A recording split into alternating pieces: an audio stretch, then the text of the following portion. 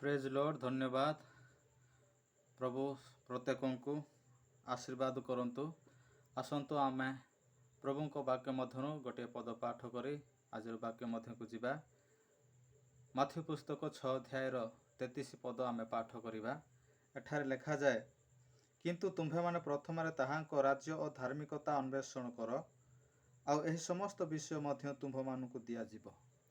प्रभुंकर वाक्य एठारे आंभ मानकु जणाए कि प्रभुंकर वाक्य उल्लेख करा जाय अछि, प्रथम ताहांको राज्य अन्वेषण कर, आउ द्वितीयतः धार्मिकता अन्वेषण कर।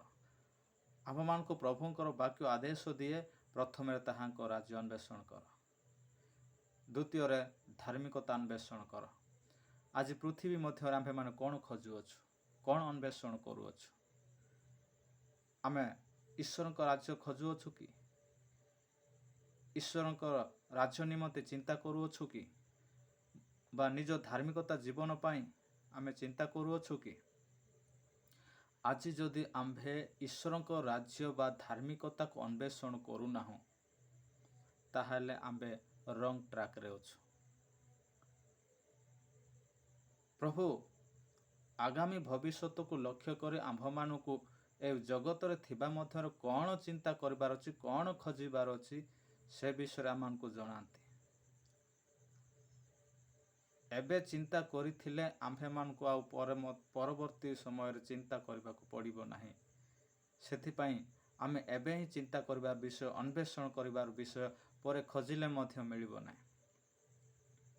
धनी व्यक्ति जाई करी नरक रे टोपाए पानी पाई छटपट होउछंती, पाई पारु नाहंती। आमर हालत से प्रकार न हो। आमे आज जदि निजर धार्मिकता खोजिबा, अन्वेषण करिबा, ईश्वर को राज्य विषय रे जदि आमे चिंता करिबा, अन्वेषण करिबा, ताहले परमेश्वर आंभ मानकु से अनंत काल राज्य रे आमको नै कि जिबे।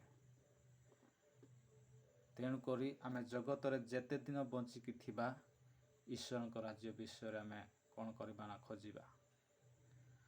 मो ईश्वर को राज्य पाही ही बंचीबी, आउ निजर धार्मिकता पाही बंचीबी, एटा आमर मूल लक्ष्य था आम जीवन रे। आमे जदि ईश्वर को राज्य विषय नै कि निजर धार्मिकता विषय नै कि जदि बंचुनु, ए जगत मध्य बंची कि आमे वृथा बेकार, आमे बंची थिबाटा बेकार अटे। ए जगत पा केते दिन बंचीबे? जगत तो दिन आसुची विनाश होई जीवो। ए ओडिशा राज्य विनाश होई जीवो। भारत देश पृथ्वी गोटे दिन विनाश होई जीवो, किंतु केबे भी विनष्ट न होई अनंत काल पर्यंत रहिबा से ईश्वर को राज्य रे आमे मानकु प्रभु नै कि जीवा को इच्छा करंती। जदि ताहांको विषय ही आमे चिंता करूनु, भाबुनु, निज धार्मिकता जदि रक्षा करि पारुनु, धरि रखुनु, पापमय जीवन रे जदि आमे बुड़ी की रहुछु, ताहले से राज्य पाई पारिबा नाही।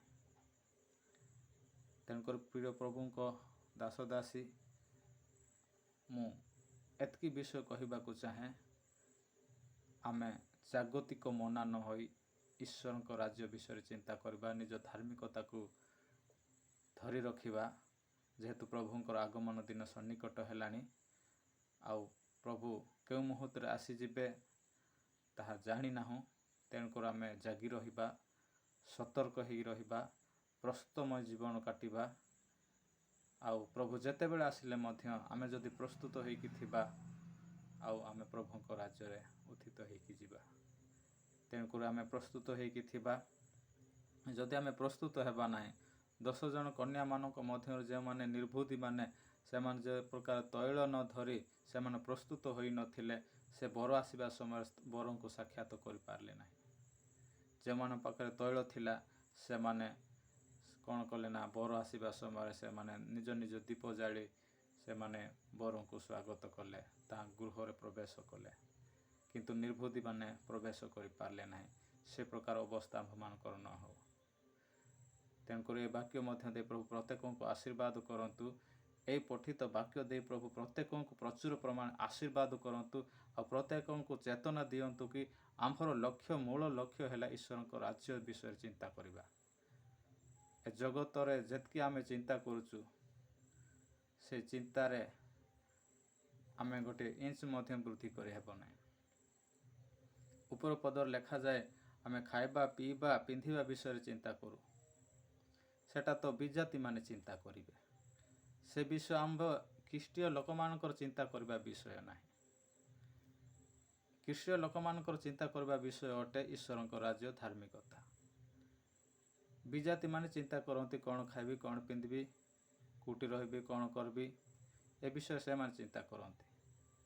ଯେହେତୁ ପ୍ରଭୁ ନିଜେ କହିଲେ ତୁମ୍ଭମାନଙ୍କ ପାଇଁ ମୁଁ ଚିନ୍ତା କରୁଛି, ସେ ଆକାଶରୁ ଉଡ଼ୁଥିବା ଚଢ଼େଇମାନଙ୍କ ପାଇଁ ଯଦି ଚିନ୍ତା କରୁଛନ୍ତି, ସେ ନିଜ ହସ୍ତରେ ଗଢ଼ିଥିବା ପ୍ରଭୁ କି ଆମ ପାଇଁ ଚିନ୍ତା ନ କରିବେ? ପ୍ରଭୁ ମୁଁ ତୁମ୍ଭ ପାଇଁ ଚିନ୍ତା କରୁଛି ବୋଲି କହିଲେ ସୁଦ୍ଧା ଆମ୍ଭେ କ'ଣ କରିଥାଉ? ଜାଗତିକ ମନା ହୋଇକରି ଆମେ ଜଗତର ବିଷୟରେ ଚିନ୍ତା କରିଥାଉ, କ'ଣ ଖାଇବି, କ'ଣ ପିନ୍ଧିବି, କ'ଣ କେଉଁଠି ରହିବି ବୋଲି। ପ୍ରଭୁ ଯଦି ଚିନ୍ତା କରିବାକୁ କହୁଛନ୍ତି, ଦୁଇଟି ବିଷୟ ହେଲା ତାହାଙ୍କର ରାଜ୍ୟ ଆଉ ଧାର୍ମିକତା। ଏ ଦୁଇଟି ବିଷୟ ଚିନ୍ତା କରନ୍ତୁ, ଅନ୍ୱେଷଣ କରନ୍ତୁ, ଆଉ ନିଶ୍ଚିତ ଭାବେ ପ୍ରଭୁ ତାହାଙ୍କ ଆଗମନ ଦିନେ ତାହାଙ୍କ ରାଜ୍ୟରେ ଆମମାନଙ୍କୁ ନେଇକି ଯିବେ। ଆମର ଲକ୍ଷ୍ୟ ହେଲା ତାହାଙ୍କ ରାଜ୍ୟକୁ ଯିବା। ଏ ଜଗତରେ ବେଶୀ ଦିନ ବଞ୍ଚିବା, ବେଶୀ ହେଲେ 60 କି 70 ବର୍ଷ ବଞ୍ଚିବା, ତାପରେ ଆମ ପ୍ରାଣବାୟୁ ଛାଡ଼ିକି ପଳାଇବ। ଆଉ ସେଇ ଯେଉଁ ପ୍ରାଣବାୟୁ ବା ଆମର ଆତ୍ମା ମରିଗଲା ପରେ ତାହାର ଅବସ୍ଥା ଅନନ୍ତ କାଳ ପର୍ଯ୍ୟନ୍ତ ନରକରେ ଯାଇ କଲବଲ ନ ହଉ, ସ୍ୱର୍ଗରେ ଯାଇ ଅନନ୍ତ କାଳ ପର୍ଯ୍ୟନ୍ତ ଈଶ୍ୱରଙ୍କ ସହିତ ରହୁ ବୋଲି ଆମେ ଈଶ୍ୱରଙ୍କୁ ବିଶ୍ୱାସ କରୁ। ସେଥିପାଇଁ ପ୍ରଭୁ ଏ ପଠିତ ବାକ୍ୟ ଦେଇ ପ୍ରତ୍ୟେକଙ୍କୁ ଆଶୀର୍ବାଦ କରନ୍ତୁ। ଆମ୍ଭେ ଗଭୀରତାର ସହିତ ଚିନ୍ତା କରିବାକୁ ପଡ଼ିବ କି ମୁଁ ଜଗତର ଅନେକ ବିଷୟରେ ଚିନ୍ତା କରି ହଜିଯାଇଅଛି କି? ତାହେଲେ ବାହାରି ଆସନ୍ତୁ, ଆମେ ଈଶ୍ୱରଙ୍କ ରାଜ୍ୟ ବିଷୟରେ ଚିନ୍ତା କରିବା, ଧାର୍ମିକତାକୁ ଚିନ୍ତା କରିବା ବା ଅନ୍ୱେଷଣ କରିବା। ଯଦି ଏ ବିଷୟରେ ଚିନ୍ତା କରିପାରୁନାହୁଁ, ତାହେଲେ ଆମେ ରଙ୍ଗ ଟ୍ରାକ୍ରେ ଅଛୁ, ଆଉ ଈଶ୍ୱର ବା ଯୀଶୁ ଆସିବା ଦିନରେ ଆମେ ତାହାଙ୍କ ରାଜ୍ୟରେ ଯାଇପାରିବା ନାହିଁ। ତେଣୁ ପ୍ରିୟ ଦାସ ଦାସୀ, ଏ ପଠିତ ବାକ୍ୟ ଦେଇ ମୁଁ ଅବଗତ କରାଇବାକୁ ଚାହେଁ, ଈଶ୍ୱର ଆସିବା ଦିନରେ ବା ଯୀଶୁ ଆସିବା ଦିନରେ ଆମେ ଯଦି ରଙ୍ଗ ଟ୍ରାକ୍ରେ ଅଛୁ ତାହେଲେ ଯାଇପାରିବା ନାହିଁ। ତେଣୁକରି ଜାଗତିକ ମନା ହୁଅନ୍ତୁ ନାହିଁ, ଆତ୍ମିକ ମନା ହୁଅନ୍ତୁ, ଈଶ୍ୱରଙ୍କ ରାଜ୍ୟ ବିଷୟରେ ଅନ୍ୱେଷଣ କରନ୍ତୁ, ଧାର୍ମିକତା ନିମନ୍ତେ ନିଜକୁ ପ୍ରସ୍ତୁତ କରନ୍ତୁ, ତାହାଙ୍କ ରାଜ୍ୟର ଅଧିକାରୀ ହୁଅନ୍ତୁ। ଏ ପଠିତ ବାକ୍ୟ ଦେଇ ପ୍ରତ୍ୟେକଙ୍କୁ ଆଶୀର୍ବାଦ କରନ୍ତୁ। ନୂଆକରି ଯଦି ଏ ଭିଡ଼ିଓ ଦେଖୁଛନ୍ତି, ଯଦି ଭିଡ଼ିଓ ଭଲ ଲାଗେ ତାହେଲେ ଆପଣମାନେ ଲାଇକ୍ କରନ୍ତୁ, କମେଣ୍ଟ କରନ୍ତୁ, ଆଉ ମୋ ଚ୍ୟାନେଲକୁ ସବସ୍କ୍ରାଇବ୍ କରନ୍ତୁ। ଆମେନ୍।